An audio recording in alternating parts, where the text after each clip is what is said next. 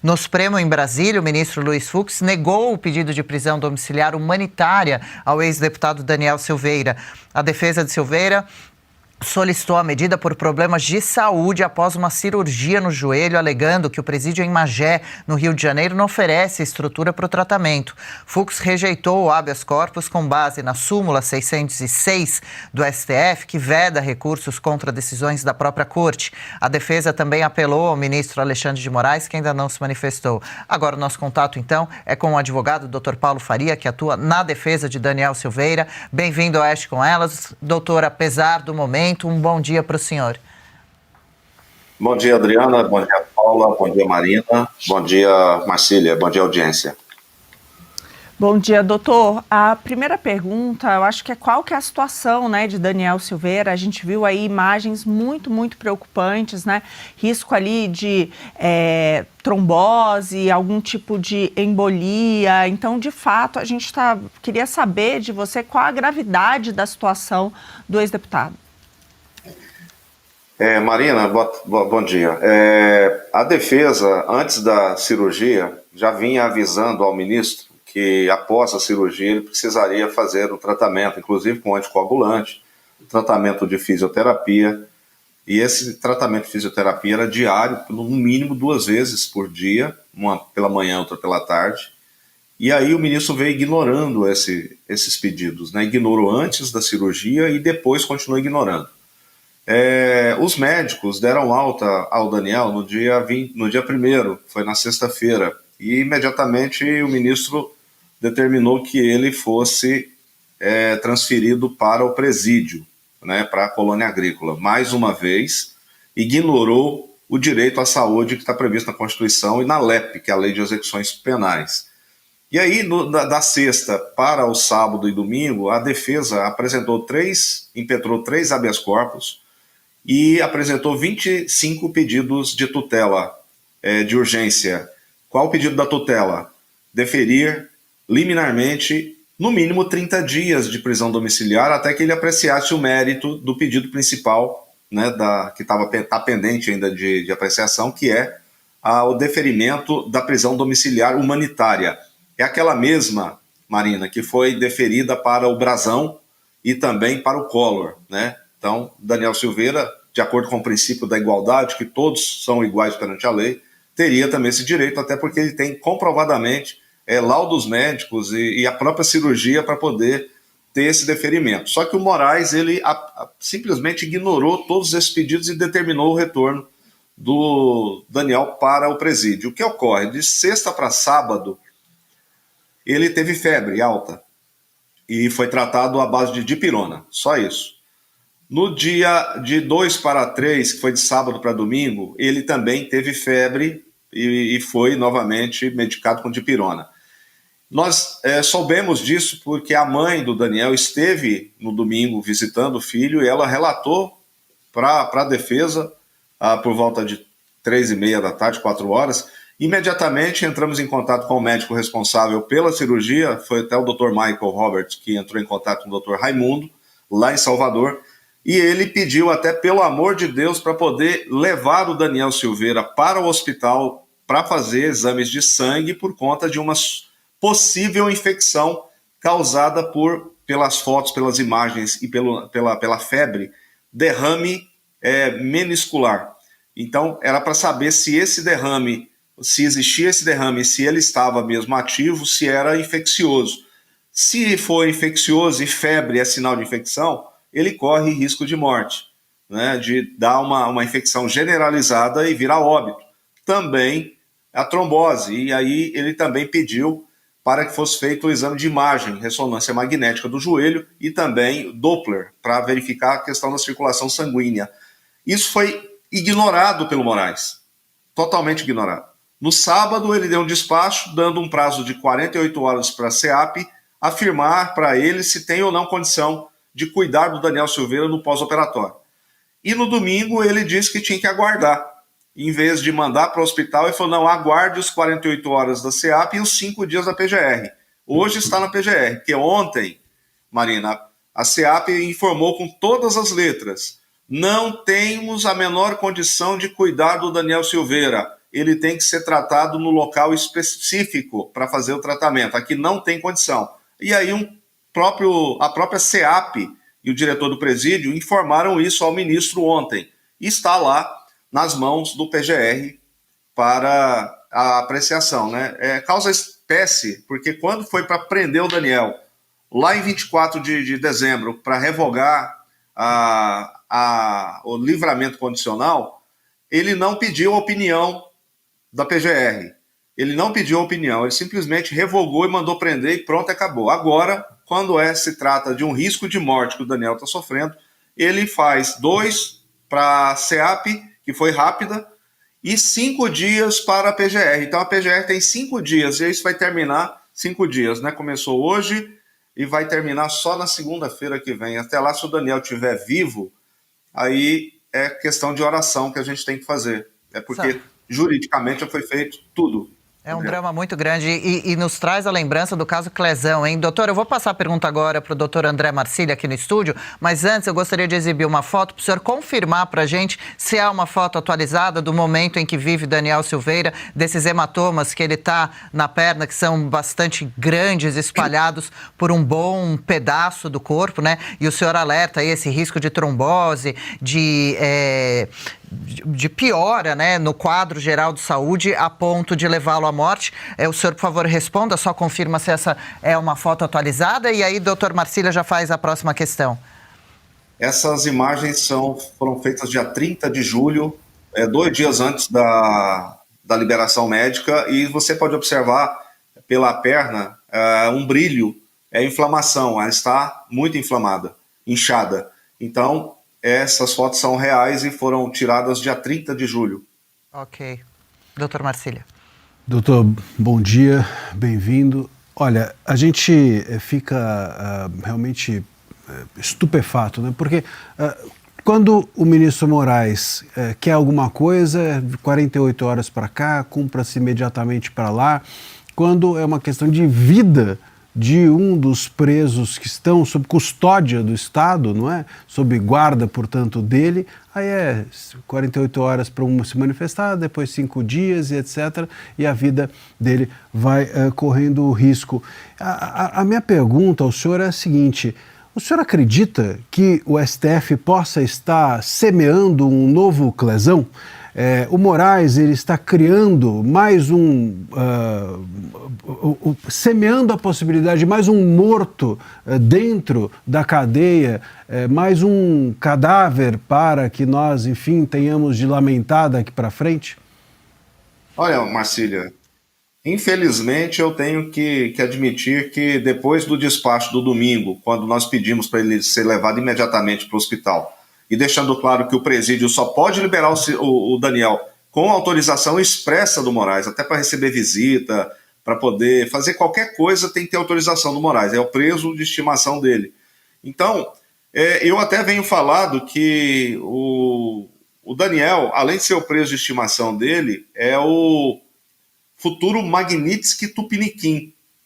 Ou seja, Sergei Magnitsky teve aquele fim lá na Rússia, que deu origem à lei, e o Clezão teve também, infelizmente, esse fim nas mãos do Estado. Então, quando eu vi o despacho, às 8 horas da noite do domingo, dizendo aguarde a manifestação, aguarde as manifestações, 48 horas da SEAP e 5 dias da PGR, e o Daniel com quadro de infecção, aí eu entendi que estava escrito assim, ó, morra e apodreça.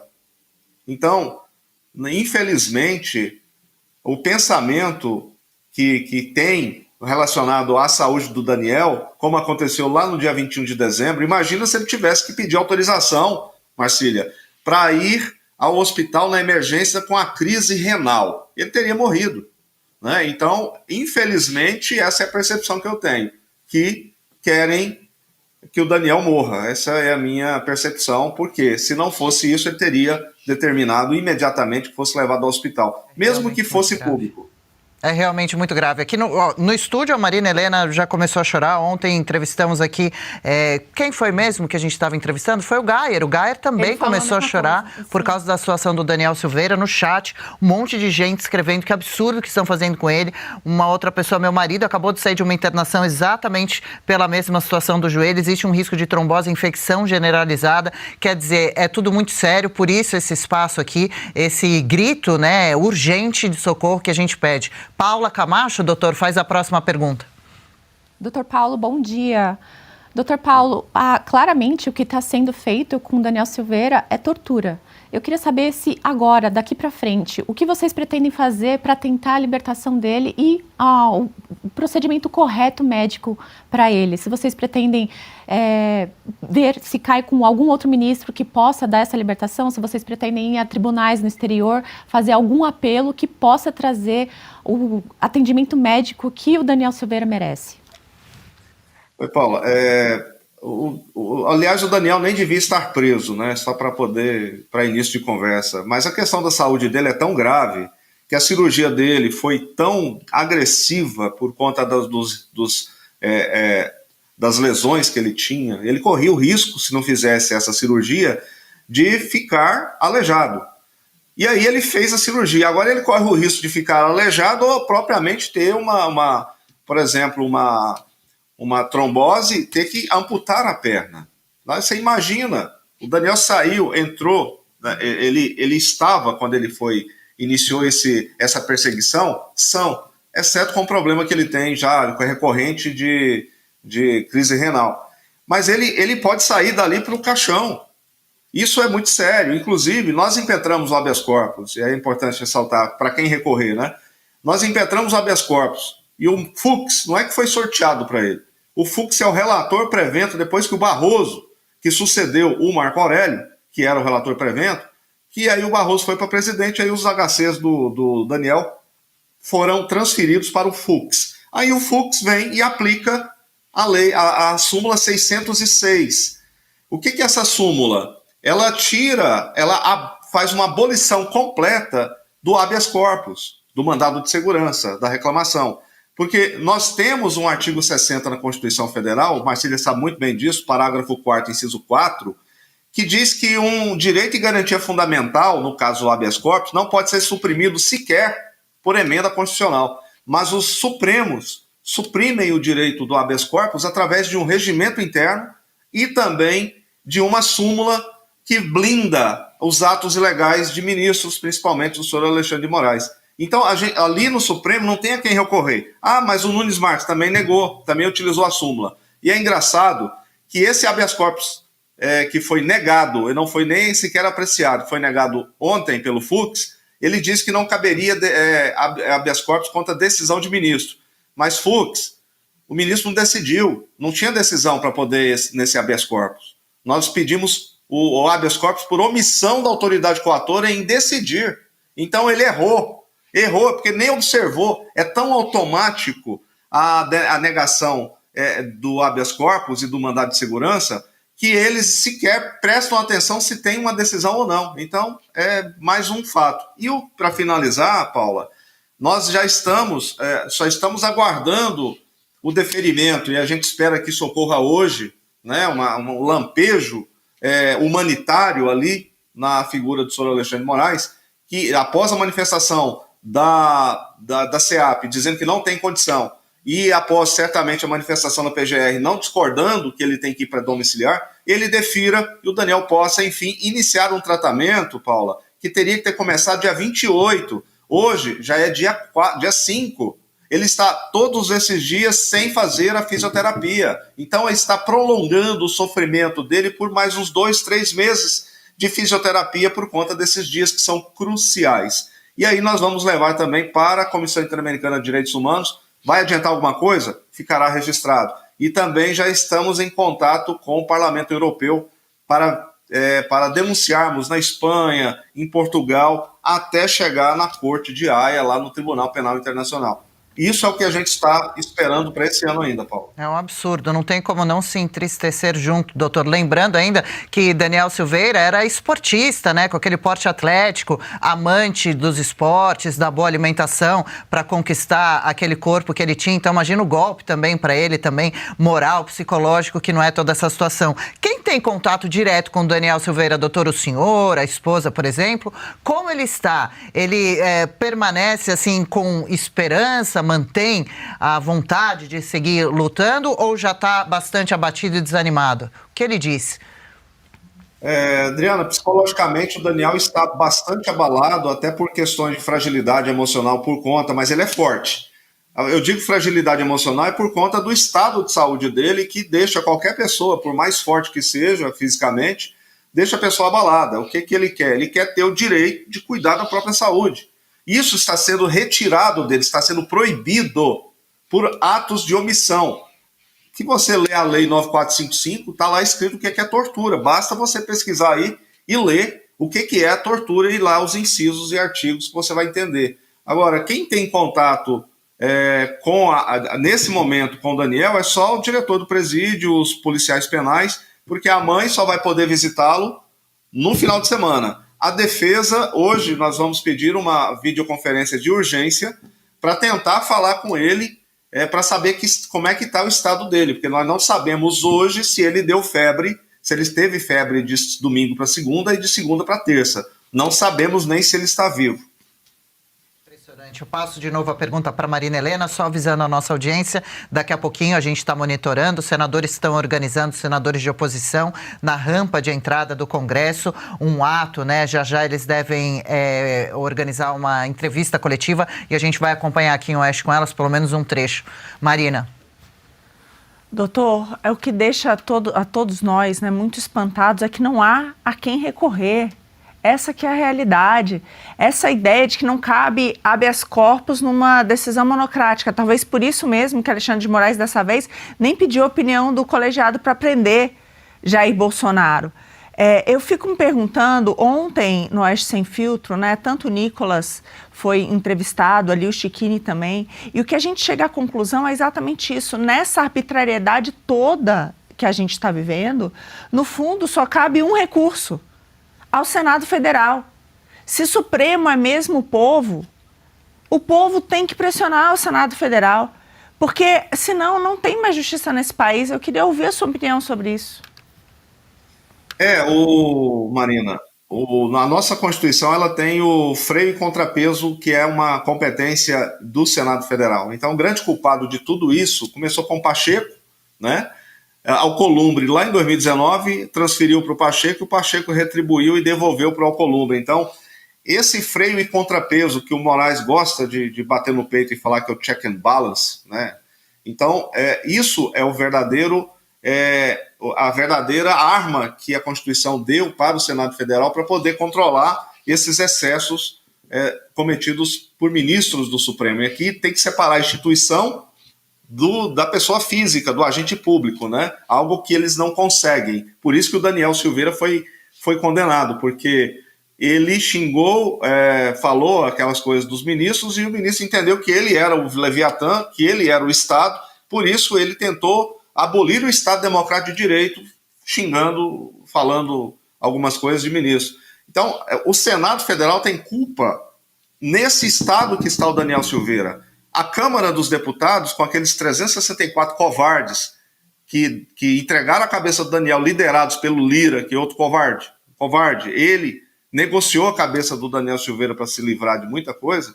Então, tudo isso, a gente vê que realmente a eleição é importante, é um momento de trazer luz para isso, mas luz nessas trevas tão bizonhas que nós estamos vivendo.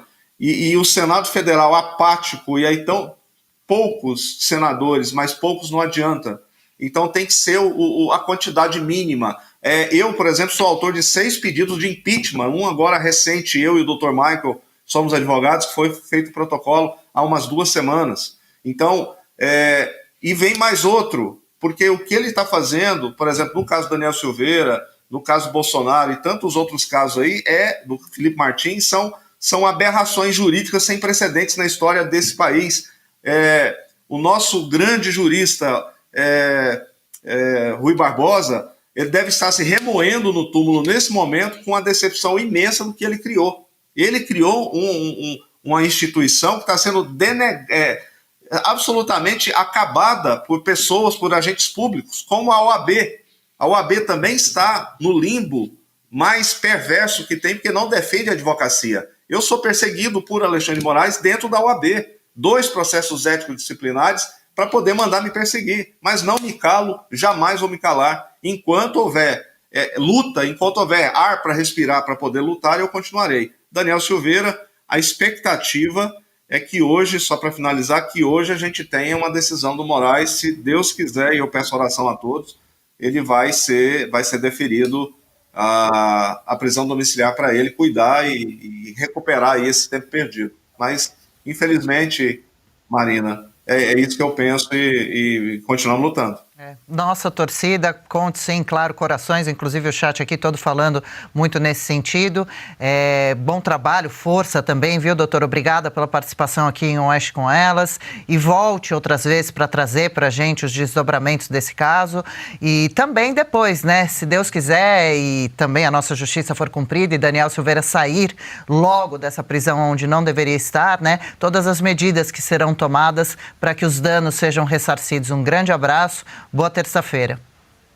Obrigado, Adriana, Marina, Paula e André e a audiência. Pode ter certeza que nunca vamos desistir da defesa dos direitos do Daniel Silveira. Eu peço oração a todos aí pela saúde dele. Obrigado. E nós também não desistiremos aqui da nossa parte, do nosso trabalho, de, como diz o jornalista J.R. Guzzo, que perdemos nesse fim de semana, de fazer o certo todos os dias. Que seja. Legal, gostou desse corte? Estamos ao vivo de segunda a sexta-feira, das 10 ao meio-dia, no YouTube da Revista Oeste. Eu, Marina Helena, Adriana Reide e Paula Camacho analisamos as principais notícias do dia. E siga as nossas redes sociais, @oestecom.elas.